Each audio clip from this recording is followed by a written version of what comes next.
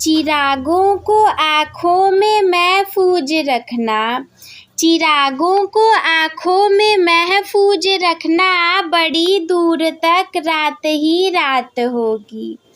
चिरागों को आँखों में महफूज रखना, बड़ी दूर तक रात ही रात होगी। मुसाफिर हैं हम भी, मुसाफिर हो तुम भी, किसी मोड़ पर फिर मुलाकात होगी।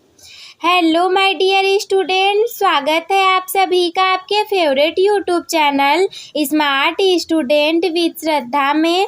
मैं आप सभी का स्वागत करती हूँ। तो जैसा कि पिछली वीडियोस में हम लोगों ने मित्रता चैप्टर को पढ़ लिया था, तो आज के इस वीडियो में हम लोग देखेंगे ममता चैप्टर को, जो कि लिखा किसने है। ये हमारे कक्षा 10 हिंदी के गद्य खंड का पाठ है, जो कि लिखा गया है जयशंकर प्रसाद जी के द्वारा। तो चलिए इसे शुरू करते हैं। चैप्टर का नाम है हमारे सामने ममता। फर्स्ट ऑफ ऑल जब हम इसे रीड करेंगे तो आपको स्टार्टिंग में तो समझ में नहीं आएगा, लेकिन हाँ जैसे जैसे हम बीच की तरफ और आखिरी की तरफ बढ़ते जाएंगे वैसे वैसे आप लोग को ये सारे चैप्टर बिल्कुल आसानी से और अच्छे से समझ में आ जाएंगे। तो ये हमारा सबसे पहले वाले पार्ट में क्या कह रहा है कि रोहतास दुर्ग के प्रकोष्ठ में बैठी हुई युक्ति ममता। ममता कौन है? एक स्त्री है जो कि रोहतास दुर्ग के प्रकोष्ठ में बैठी हुई थी। सोड के तीक्ष्ण गंभीर प्रवाह को देख रही थी। ममता विधवा थी। उसका यौवन सोड के समान ही उमड़ रहा था, जिसके कि मन में वेदना, मस्तक में आंधी, आँखों में पानी की बरसात लिए वह सुख के कंटक शयन में विकल थी। यानी कि ममता एक ऐसी स्त्री थी जिसके कि मन में करुण वेदना थी, उसके माथे पर आंधी थी, मस्तक में आंधी यानी कि दिमाग में बहुत कुछ चल रहा था, आँखों में पानी की बरसात लिए, अर्थात हम ये कह सकते हैं कि शायद वो रो भी रही हो। वह सुख के कंटक शयन में विकल थी। वह रोहतास दुर्गपति के मंत्री चूड़ामणि की अकेली दुहिता थी, यानी कि पुत्री थी। फिर उसके लिए कुछ अभाव होना असंभव था। ममता जो थी वो रोहतास दुर्ग के मंत्री चूड़ामणि की अकेली पुत्री थी, और अगर ऐसा था तब तो उसके पास कुछ भी अभाव नहीं होना चाहिए। परंतु वह विधवा थी। हिंदू विधवा संसार में सबसे निराश्रय प्राणी है। तब उसकी विडंबना का कहाँ अंत था। चूड़ामणि ने चुपचाप से उसके प्रकोष्ठ में प्रवेश किया। प्रकोष्ठ का अर्थ आप एक तरीके से घर की तरह ले सकते हो। सोड के प्रवाह में, उसके कलनाद में अपना जीवन मिलाने में वह बेसुध थी। उसके पिता का आना वह न जान सकी। अरे वह इतना मगन थी, वो लगी हुई थी, वो कुछ सोच रही थी कि उसे अपने पिता के आने और जाने का एहसास ही नहीं हुआ। चूड़ामणि व्यथित हो उठे। स्नेह पालिता पुत्री के लिए क्या करें? कुछ भी हो, अगर वह पिता थे तो वो व्यथित तो उनको होना ही था कि अरे मैं अपनी लड़की के लिए क्या ही कर दूं। ये स्थिर न कर सकते थे, लौटकर बाहर चले गए। ऐसा प्रायः होता था, यानी कि ऐसा केवल एक नहीं हमेशा होता था कि ममता कुछ सोचती रहती, उसके पिता आते और चले जाते और उसे पता भी नहीं चलता था। पर आज मंत्री के मन में बड़ी दुश्चिंता थी। पैर सीधे न पड़ते थे। एक पहर बीत जाने पर वे फिर ममता के पास आए। हमेशा तो ऐसा होता था, लेकिन आज ऐसा था कि उनसे बर्दाश्त ही नहीं हो रहा था कि मैं कैसे अपनी लड़की को ऐसे देखूं। फिर जब एक पहर बीत गया तो वह फिर से ममता के पास आए। उस समय उनके पीछे 10 सेवक चांदी के बड़े बालों में कुछ लिए खड़े थे। कितने ही मनुष्यों के पद शब्द सुन ममता ने घूम करके देखा। मंत्री ने सब बालों को रखने का संकेत किया। अनुचर थाल रखकर चले गए। ममता ने पूछा, जब वे लोग रख करके चले गए तो ममता ने पूछा कि ये क्या है पिताजी? उनके पिताजी ने जवाब दिया कि यह तेरे लिए उपहार है बेटा। कहकर चूड़ामणि ने उसका आवरण उलट दिया, यानी कि जो थाल में वस्तुएं रखी थीं तो उसके ऊपर एक कपड़ा रखा रहता है ना, जिससे वो वस्तुएं ढकी रहती हैं, उसे ही उसका आवरण कहते हैं। तो उन्होंने कहा कि बेटा ये तुम्हारे लिए उपहार है, और फिर उसको उन्होंने उठा दिया उस कपड़े को। स्वर्ण का पीलापन उस सुनहली संध्या में विकीर्ण होने लगा। फिर ममता चौंक उठी। इतना स्वर्ण ये कहाँ से आया? यानी कि ममता ने वो कपड़ा उठने के बाद देखा कि उसमें सोना ही सोना था। तो उसने अपने पिताजी से पूछा कि अरे इतना सोना ये कहाँ से आया? तो उसके पिताजी ने जवाब दिया कि अरे चुप रहो ममता, ये तुम्हारे लिए है।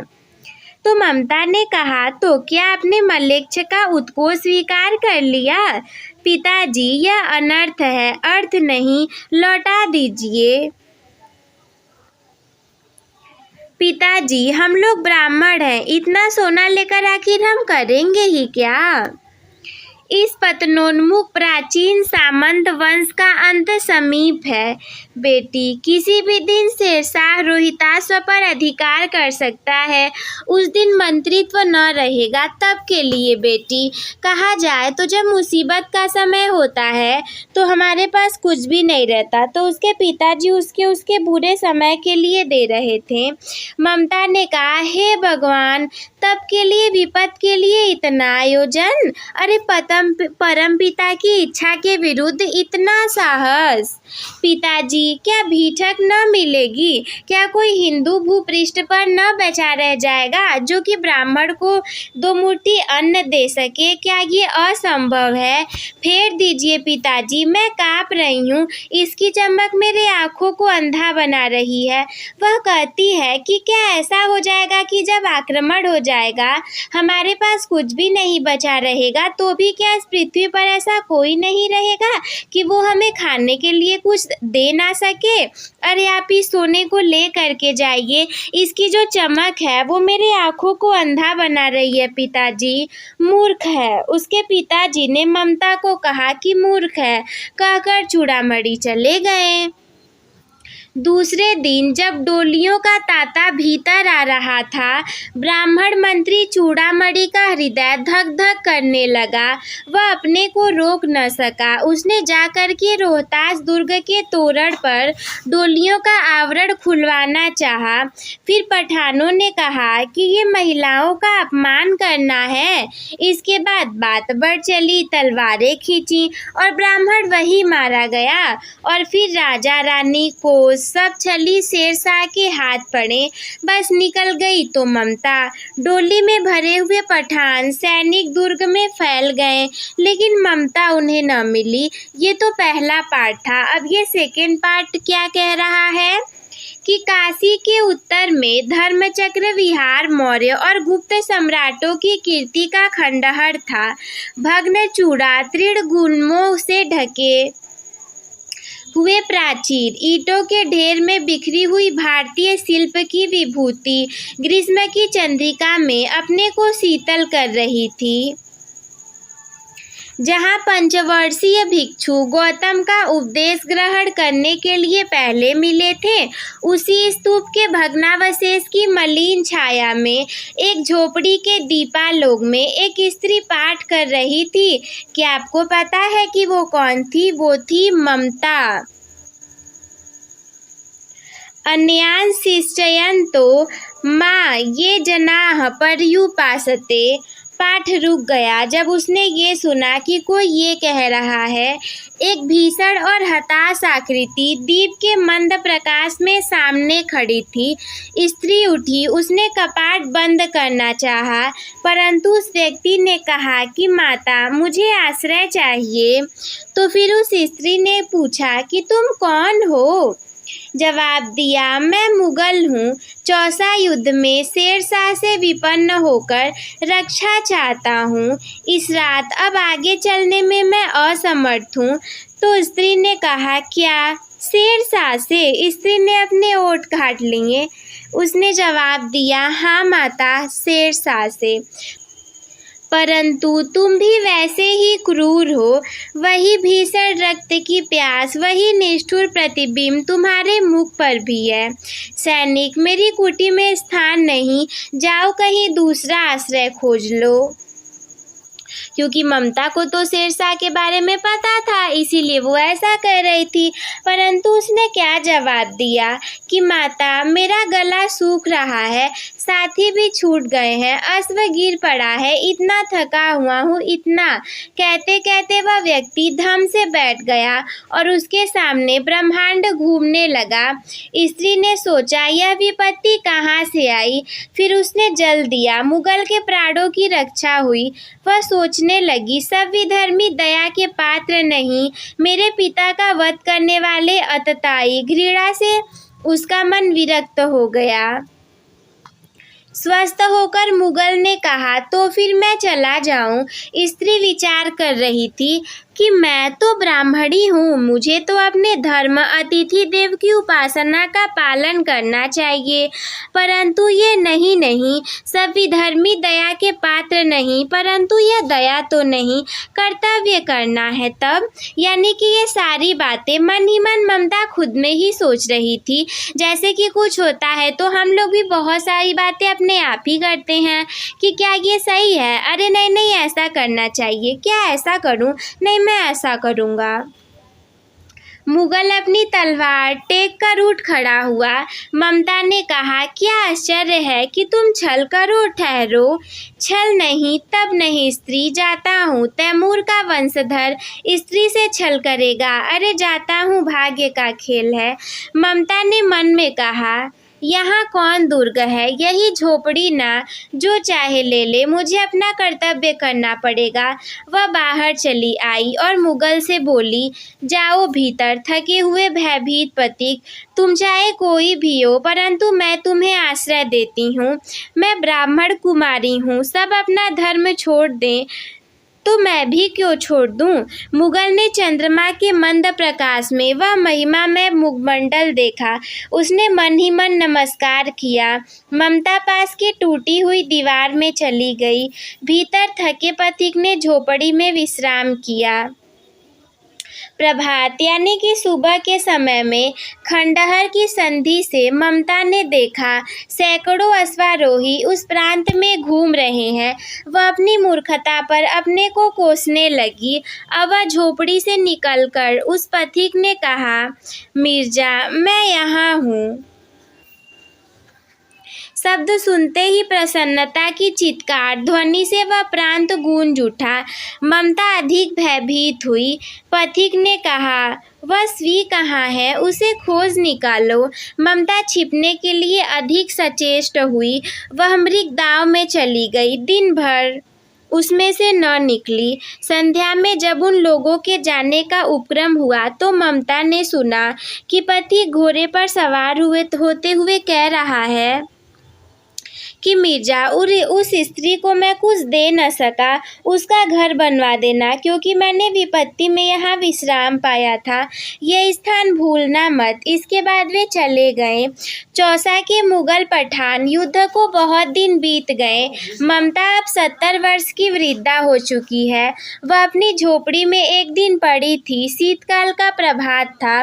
उसका जीर्ण कंकाल खांसी से गूंज रहा था। अरे जब वह इतनी वृद्ध हो चुकी थी तो ये सारी चीजें तो होती ही। ममता की सेवा के लिए गांव की 2-3 स्त्रियां उसे घेर करके बैठी थीं।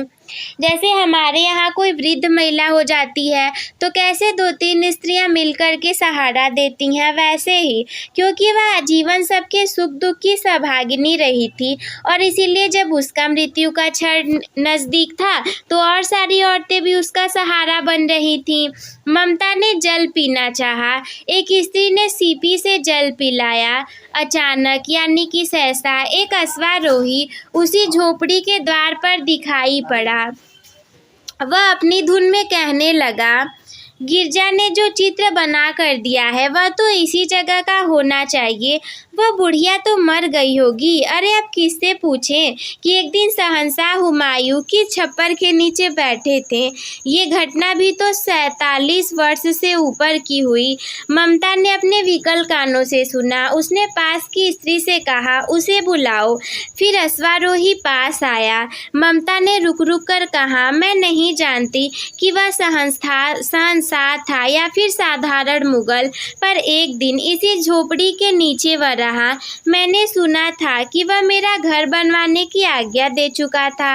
मैं आजीवन अपनी झोपड़ी के खो दे जाने के डर से भयभीत रही। यानी कि उन्होंने बनवाने का तो आदेश दे दिया था, परंतु ममता हमेशा ऐसा डर रही थी कि कहीं मैं अपने झोपड़ी को खो ना दूं। भगवान ने सुन लिया। मैं आज इसे छोड़ जाती हूँ। तुम इसका मकान बनाओ या महल, मैं अपने चिर विश्राम गृह में जाती हूँ। का अर्थ है वह मृत्यु के नज़दीक है। वह अश्वारोही अवाक खड़ा था। बुढ़िया के प्राण पक्षी अनंत में उड़ गए। वहाँ एक अष्टकोण मंदिर बना और उस पर शिलालेख लगाया गया। सातों देश के नरेश हुमायूं ने एक दिन यहाँ विश्राम किया था। उसके पुत्र अकबर ने उसके स्मृति में यह गगनचुंबी मंदिर बनवाया, पर उसमें ममता का कहीं नाम नहीं। तो चैप्टर तो बहुत ज़्यादा हार्ड भी नहीं था, लेकिन बहुत ज़्यादा सिंपल भी नहीं था। बट आई होप कि आप लोगों को समझ में आ ही गया होगा कि इसमें क्या कहना चाहते हैं। मेन पॉइंट जो इसमें था, तब के लिए विपद के लिए इतना प्रायोजन, और लगभग वही से एग्जाम में प्रश्न भी आते हैं, जिसमें कि गद्य का रेखांकित अंश की व्याख्या करनी होती है। और किसने लिखा था? जयशंकर प्रसाद ने। तो लेखक का नाम भी लिखने के लिए आ जाता है, और चैप्टर से रिलेटेड कुछ क्वेश्चंस भी आ जाते हैं। तो बस दोस्तों, आज के इस वीडियो में इतना ही। हम मिलते हैं आपसे किसी अगले वीडियो में। तब तक के लिए धन्यवाद।